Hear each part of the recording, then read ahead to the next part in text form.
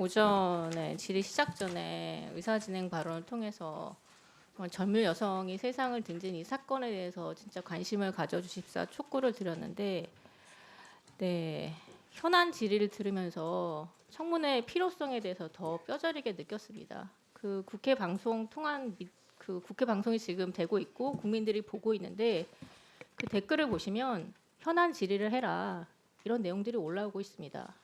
실제로 저는 현안 질의를 통해서 이 사건에 대해서 또 새로운 사실을 알 수 있을까라는 기대를 했는데 그 기대는 충족시키지 못했고요. 결국 청문회를 해야겠다라는 생각이 더 확신이 생겼습니다. 일단 앞서 여러 의원님들께서 말씀 주신 것처럼 현재 근로기준법 상으로는 지금 이 직장 내 괴롭힘을 담기가 조금 매우 힘들어 보입니다. 앞서 김민석 차관님 말씀 주셨던 것처럼 저는 이제 특별법을 좀 제정해서 지금 근로기준법이 가지고 있는 한계를 좀 보완하고 다양한 이 직장 내 괴롭힘을 진짜 심각한 사회 문제를 해결할 수 있는 그런 방향으로 좀 갔으면 좋겠고, 제가 작년 국감에서 이 문제를 지적한 이후에 노사 관련된 전문가들을 만나서 토론회를 여러 차례 진행했는데 특별법의 필요성에 대해서 굉장히 많은 제언들을 주셨고 그 초안도 이미 갖고 계시더라고요. 그래서 고용노동부에서 이 부분에 대해서 좀 전향적으로 좀 검토를 해주셨으면 좋겠다는 말씀을 드립니다. 네, 그렇게 하겠습니다. 네, 그리고 동시에 전문가분들께서 지적하신 사항이 또 하나 있습니다. 법에만 기대하는 게 아니라 직장 내 괴롭힘을 해결하려면 그 기업의 사내 문화를 바꾸는 게 더 중요하다. 이게 가장 중요한 예방 방법이다라고 이렇게 말씀을 주셨습니다.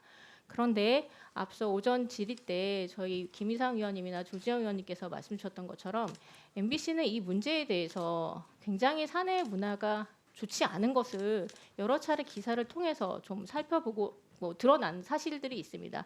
제가 그런 부분들에서 좀 말씀을 좀 드리고 싶은데요. 그래서 고용노동부가 특별근로감독에 들어갔지만 그 청문회를 통해서 MBC의 관련 증인이나 참고인들 통해서 근로 실태를 좀 살펴봐야겠다는 생각이 좀 들었습니다.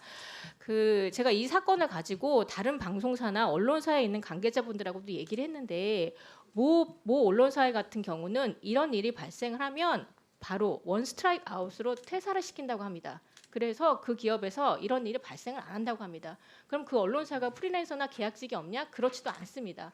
그건 결국 사측이 이 문제에 대해서 어떤 의지를 갖고 있느냐 아니냐 그 문제이기 때문에 이 MBC가 가지고 있는 나쁜 사내 문화에 대해서는 전 지적을 안 할 수가 없을 것 같습니다.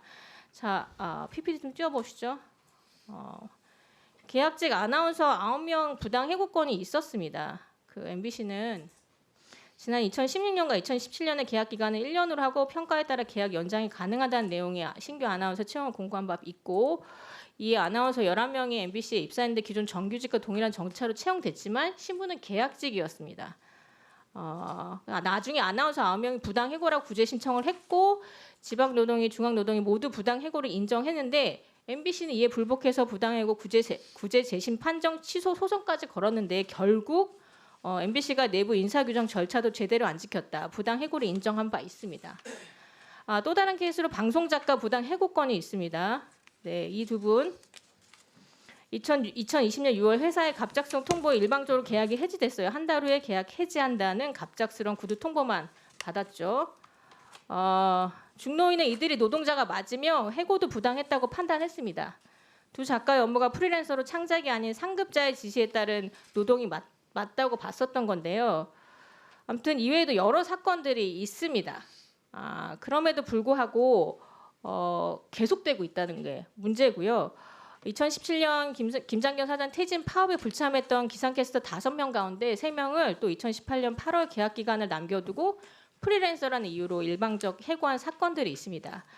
장관님, 이런 MBC의 이런 행태에 대해서 어떻게 보고 계십니까?